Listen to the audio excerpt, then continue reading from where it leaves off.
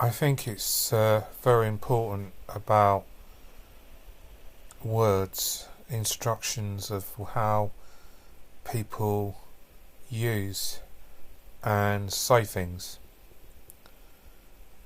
They can say things to words of instruction to people in different ways, like me saying, I need some money for my patrons. My patrons have gone down from 400 from 600, and if I'm not careful soon I won't be able to afford a camera or anyone to help me, even though I'm doing it in my room.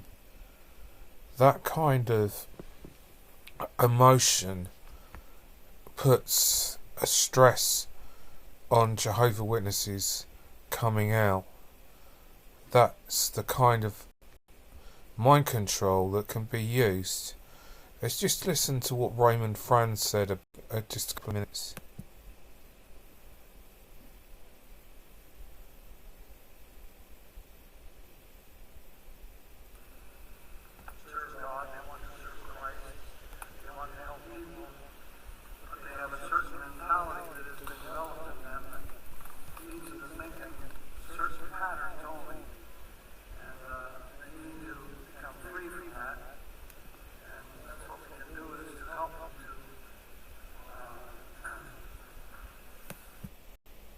So even Raymond Franz, a member of the governing body, was saying that when you're a Jehovah Witness, you are mind controlled.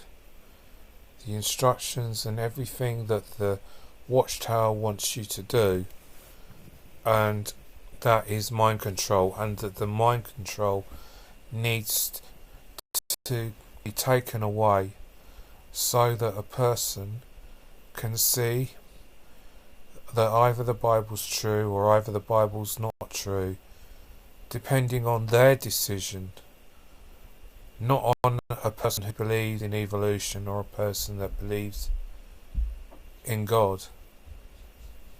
Those options are there, but it's a choice for the individual person. What is mind control? What does the word mind control mean?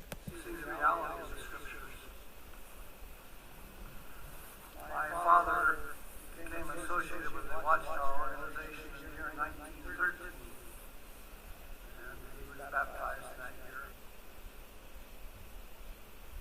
Brainwashing. According to Wikipedia.org, brainwashing, also known as mind control, menticide, coercive persuasion, thought control, thought reform, and forced re-education, is the concept that the human mind can be altered or controlled by certain psychological techniques. So mind control is a process which an individual collective freedom of choice of action to control your thoughts, to influence the way that you live your life, your mind, more specifically your thoughts and effects on your preparation, therefore your interpretation, how to control your thoughts. It's a term, it says, of brainwashing that can apply to methods.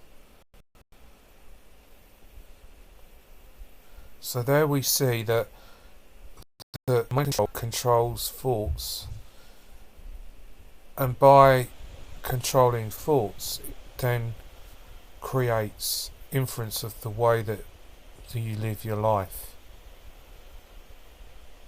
And that is the point of this, is that the Jehovah Witnesses are vulnerable when coming out.